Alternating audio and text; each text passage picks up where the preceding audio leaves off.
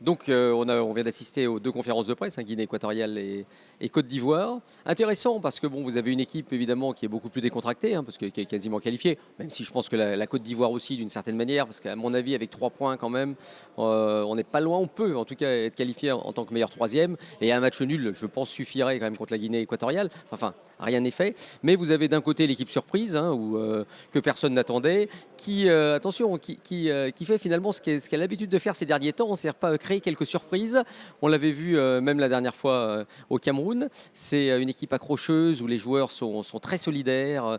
Beaucoup de jeux collectifs, surtout pas mal de coups aussi. Ils sont capables de faire les fautes là où on doit les faire. Et puis c'est un peu ce qu'a dit Jean-Louis Gasset d'ailleurs. Hein, il a dit des fautes malignes qui empêchent d'avoir des cartons. Ben, c'est un peu le jeu de cette formation. Alors c'est très étonnant parce que vous avez beaucoup de joueurs qui jouent dans des divisions très inférieures.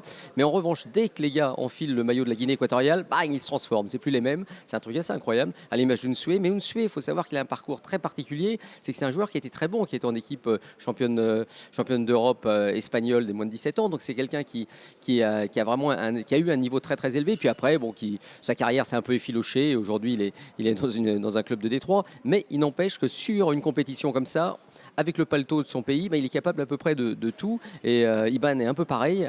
Iban en plus, en général, Iban, si vous voulez, quand vous l'avez à côté de vous, il vous mord les mollets. Hein. Il attaque absolument toutes les balles. C'est un tueur à gages. C'est impressionnant d'ailleurs cette débauche d'énergie qu'ils ont. Donc, autour de cette équipe, on a vu une conférence de presse de joueurs et d'un entraîneur qui sont assez tranquilles, qui sont sereins. Finalement, ils ont fait le boulot, ils font le boulot, ils viennent prendre le pays organisateur. Ils n'ont rien à perdre, absolument rien à perdre. Et ils savent de toute façon que la pression, elle n'est pas sur eux. Hein. Elle est d'abord sur le pays organisateur. Et là, on l'a vu avec Jean-Louis Gasset et Evan Ndika. Alors, Evan Ndika étant un joueur qui répond de manière sobre, hein, il n'en rajoute pas.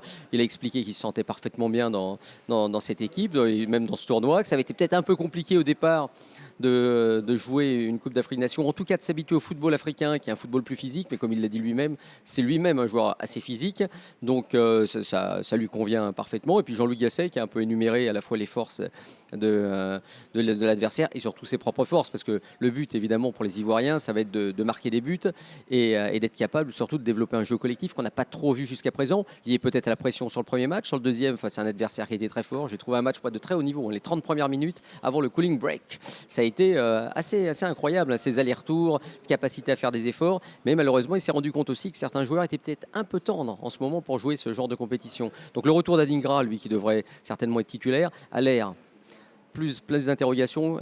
Donc il a expliqué qu'il serait dans le groupe, mais on n'a pas de certitude sur le fait qu'il joue ou qu'il ne joue pas. En tout cas, il va peut-être rentrer quelques minutes en fin de match, une vingtaine de minutes pour essayer de lui donner un peu de rythme. Mais il va falloir qu'Aller se remette aussi. C'est un gros gabarit et ça ne va pas être simple pour lui. Je pense que ça va même très compliqué. Adingra, je ne suis pas tellement inquiet. Il s'est blessé assez tardivement. C'est un petit physique, c'est plus un poids plume, j'allais dire. Mais c'est exactement le type de joueur qui peut faire du bien, un peu comme Diakité l'a fait quand il est rentré 20 minutes. C'est remettre un peu le feu au stade, pouvoir créer un déséquilibre dans l'équipe adverse et surtout mettre un peu la panique, parce qu'on sait que dans les Coupes d'Afrique des Nations, comme il y a aussi beaucoup de 1 contre 1, beaucoup de duels, si vous avez des joueurs qui sont capables d'éliminer, ça met souvent l'adversaire en difficulté. Donc va falloir, c'est ça, que la Côte d'Ivoire joue un peu plus vite, que les milieux de terrain trouvent plus facilement les attaquants, que ça donne la balle un peu plus, hein, parce qu'il y a peu d'occasions créées lors du deuxième match, qui est plutôt ennuyeux, hein, c'est surtout ça, mais bon. Maintenant, Jean-Louis Gasset, c'est à peu près ce qu'il faut faire, c'est même complètement ce qu'il faut faire. Donc lui, il va gérer ça. Maintenant, aux joueurs de montrer leur niveau, de hausser l'impact et de faire ce que le peuple ivoirien attend d'eux, évidemment, hein, c'est de remporter ce match. Ces 3 joueurs, alors ils sont pas au profil identique. Je trouve qu'ils sont finalement. Alors je sais qu'il y a un grand débat sur leur complémentarité, oui ou non.